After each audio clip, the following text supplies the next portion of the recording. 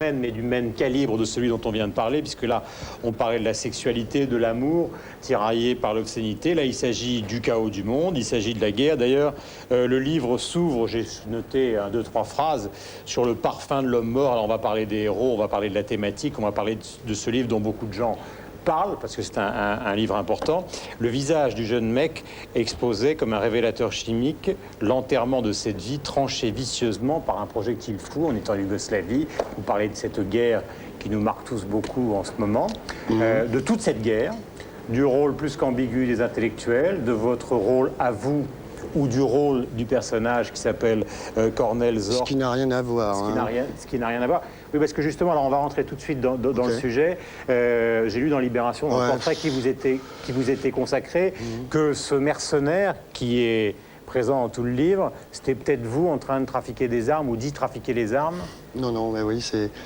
Il semblerait que les mythes aillent... Venez là, pardon, il semblerait que les mythes aillent plus vite que la réalité encore. Non, non, moi je suis allé en Yougoslavie, mais j'en fais pas mon fonds de commerce, quoi. Je suis allé voir ce qui s'y passait, bon, j'en ai tiré des conclusions pour moi-même. Bon, voilà, quoi. Donc j'ai vu ce que c'était la guerre en Europe, mais...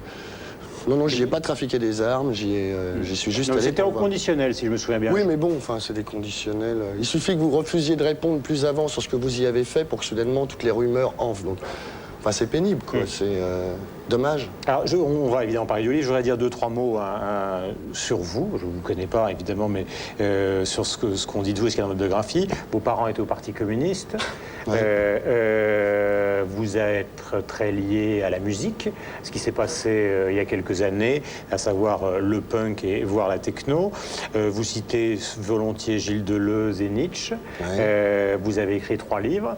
Ouais. Et vous êtes un petit peu, je ne dis pas l'inventeur parce que ce serait présomptueux, mais en tout cas le tenant d'une sorte de polar cyber dont il existerait des gens qu'il existe 2 titres qui sont La sirène rouge et puis donc Les racines du mal. Est-ce que je me trompe, avant qu'on rentre dans le bouquin, quand je pense que pour vous et pour votre génération, l'idée de décrire le chaos en l'inscrivant dans la réalité et avec une part comme Houellebecq de science, c'est ce qui vous obsède.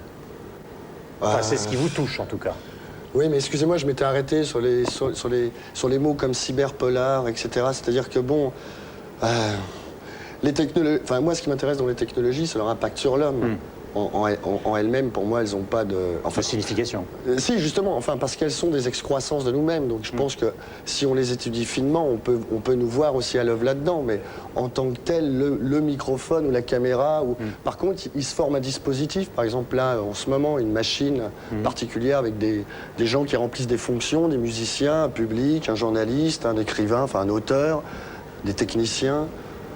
Ça, c'est intéressant, C'est pour ça, par exemple, quand vous parlez d'un Motorola, c'est pas un téléphone, c'est un Motorola. C'est pour ça qu'il y a présent beaucoup de choses, juste qui serait la trace d'une aliénation, qui serait...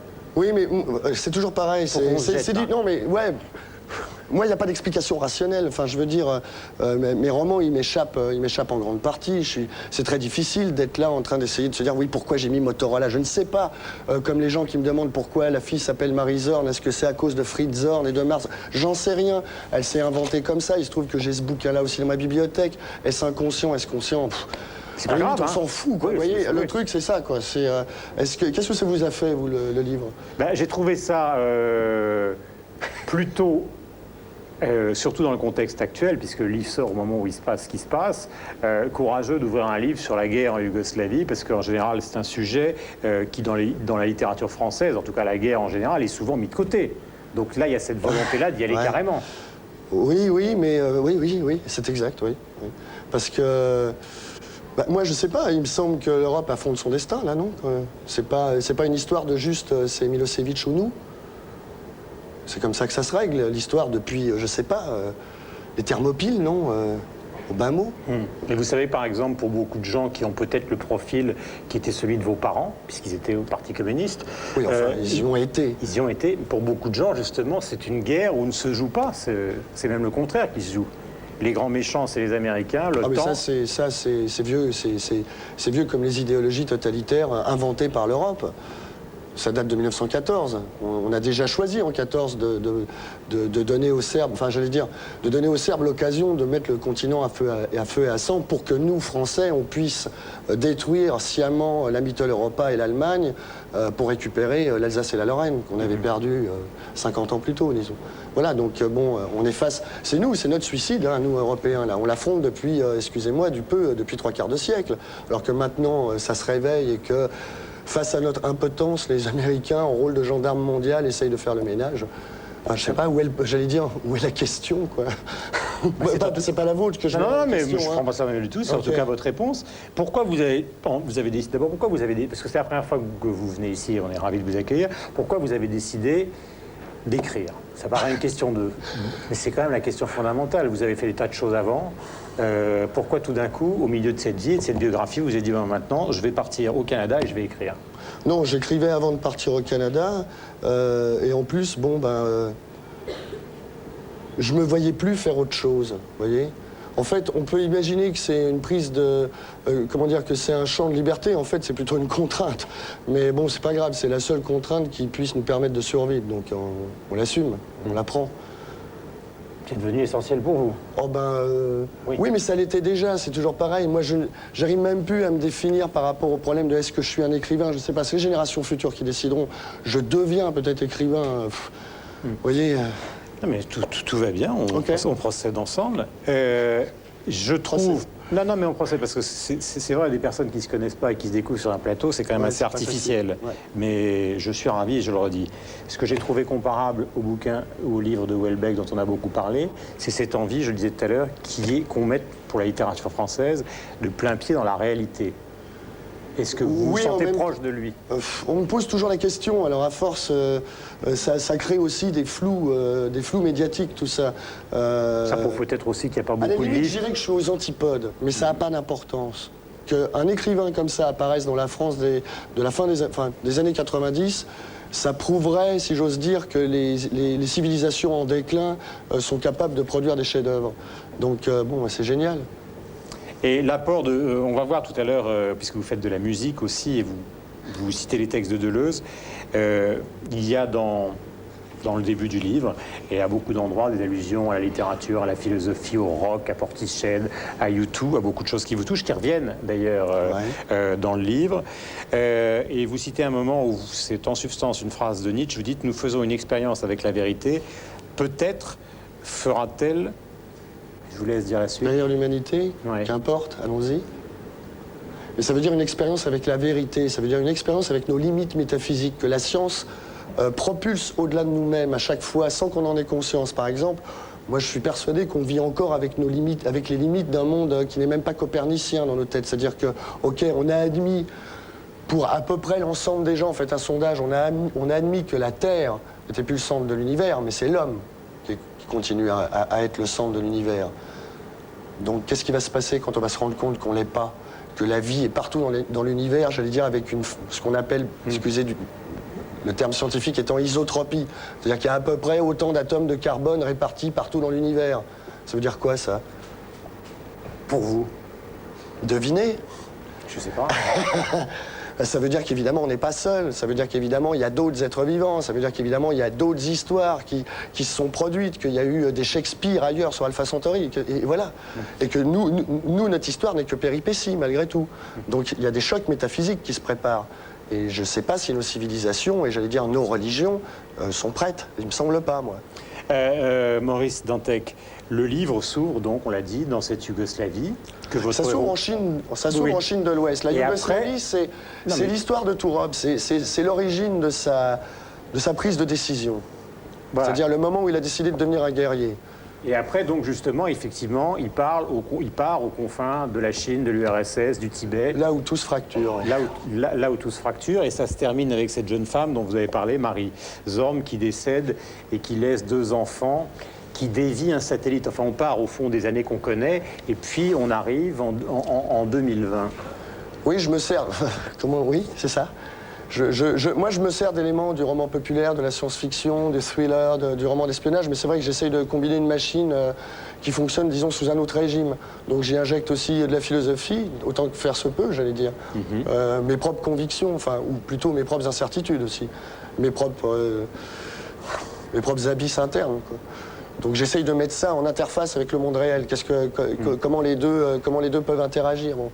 Mais pourquoi pour vous, qui avez choisi de partir à l'ouest, Ouais. pourquoi il faut que ça... Enfin, à l'ouest, ça dépend de quel point de vue on se place. Hein. Absolument. Mais pourquoi vous qui avez choisi de partir à l'ouest, il faut que ça dégénère, ce chaos dont on parle ensemble depuis le début. Pourquoi il faut qu'il soit dans cette Mittel Europa ou plutôt du côté des Russes, des Kirghizes, à votre avis, du Kazakhstan je sais pas, j'ai fait une simple exploration sur les sites internet de là où ça chauffait, et puis bon, bah, ok, moi, enfin, je sais pas, il me semble voir se dessiner des lignes de fracture, quoi, une propagation, malgré tout, pratiquement ordonnée, quoi. Il y a comme une logique fatale là-dedans, quoi. C'est là où notre destin est en train de se jouer. Il me semble, ouais. Je pense que là, le destin... Mais alors pourquoi vous êtes parti ailleurs? Pourquoi pour aller l'observer? Non, parce que moi, ce qui m'intéressait, je vais vous dire, parce qu'en fait, ça ne m'intéresse plus. Parce que moi, je pense que c'est un problème qu'on aurait dû régler il y a 50 ans. Je veux dire, la communauté européenne de défense, ça a déjà été bousillé par tous ceux qui, aujourd'hui, soutiennent les Serbes depuis 45 ans. Donc c'est un problème qui devrait être derrière nous. Okay, donc moi, je préfère m'affronter, excusez-moi, j'avais envie de m'affronter à d'autres problèmes, c'est-à-dire le clonage, la colonisation de Mars, le contrôle de la biosphère, l'automutation du genre humain. Bon, ben ça, je suis désolé, si on passe toute notre énergie à régler les problèmes avec messieurs Milosevic ou les dirigeants de l'ancienne Union soviétique, on n'y arrivera pas. Donc c'est les autres, je suis désolé, c'est les Américains qui dominent et qui domineront. Bon, ben moi, j'ai voulu aller me confronter au cœur de la bête. Qu'est-ce qui se passe là-bas, là? Pourquoi ça se passe comme ça? Voilà. Alors, le livre de Maurice Dantec, celui-là, donc, s'appelle Babylon Babies. Je tiens, pour ceux qui vont découvrir ce livre, qui est un livre important, à leur dire qu'il y a un certain nombre de personnages qui apparaissent dans les livres précédents, donc procurez-vous les livres précédents de Maurice Dantec, qui sont donc La Sirène Rouge et puis, si ma mémoire est bonne, Les Racines du Mal. C'est un livre qui est complexe, où on circule énormément, donc qui est absolument irrésumable comme ça en un quart d'heure. Il y a des personnages...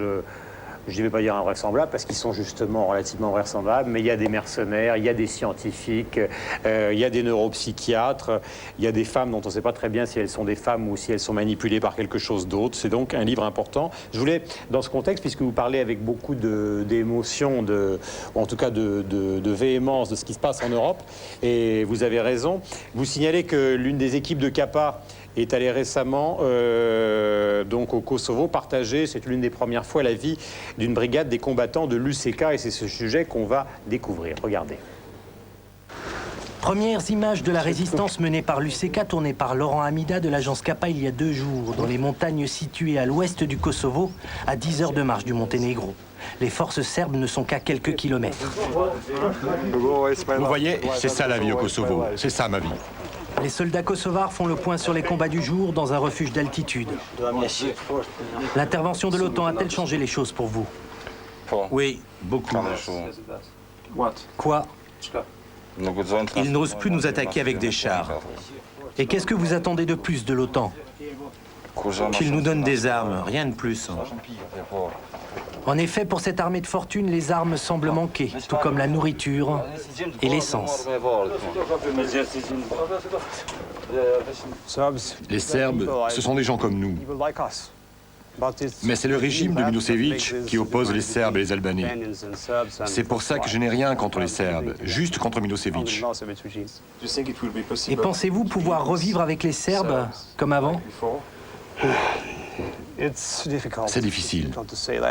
C'est difficile de dire ça. Je ne peux pas dire ça. Je ne pense pas. Vous voyez là-bas? C'est la route que les Serbes utilisent pour nous observer en permanence.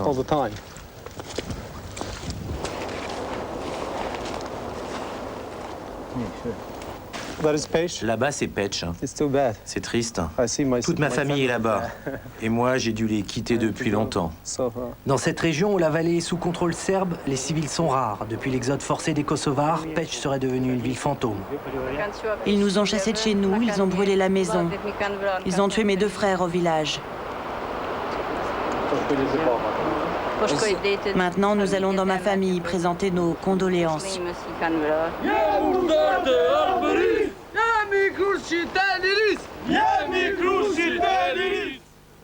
Voilà, donc ce songet de Laurent Amida. Pour Capa, vous signalez, Maurice Dantec, qu'il y a une phrase qui vous paraissait importante, justement, contenue dans ce reportage. Oui, c'est ça, quoi. C'est Milosevic, quoi. C'est le régime communiste de Belgrade. C'est tout, c'est tout ce qui traîne en Europe depuis 50 ans et qu'on n'a pas voulu nettoyer. C'est clair, quoi. Il faudra faire comme en Allemagne, je suis désolé, après la Seconde Guerre mondiale, quoi. Il n'y a pas d'autre solution. Je veux dire, est-ce qu'il y a une autre solution? Babylon Babies. Dommage, hein. Non, mais je vous écoute, et avec beaucoup d'intérêt. Dans la collection donc La Noire de chez Gallimard, un livre à lire absolument, c'est moi qui le dis, je ne suis pas obligé de le dire. Donc, non, mais si je vous le dis, moi. Ouais. Pas désagréable, non de dire ça. La suite de Nulle part ailleurs dans un instant.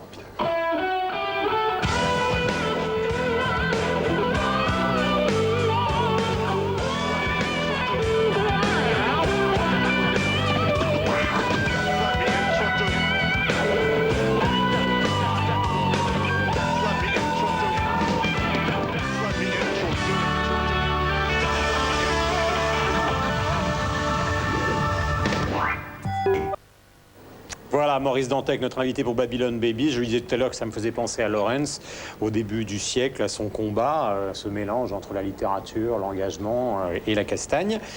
Qui vient demain à Nulle part ailleurs? Vous allez le découvrir tout de suite. Effectivement, le grand patron de Miramax, Harvey Weinstein, sera notre invité demain. Il a remporté, si l'on peut dire, une dizaine d'Oscars à lui tout seul récemment à Los Angeles. La vie est belle, c'est lui. Shakespeare in Love, c'est lui. Il sera notre invité. Merci mille fois. Merci Je vais lui à donner vous. le bouquin. C'est marrant parce que j'ai comme l'intuition que ça... Ok, vous êtes mon nouvel agent? Comment non, je reste modeste. Merci mille fois d'être venu Merci et beaucoup. bonne chance. Merci. Ciao.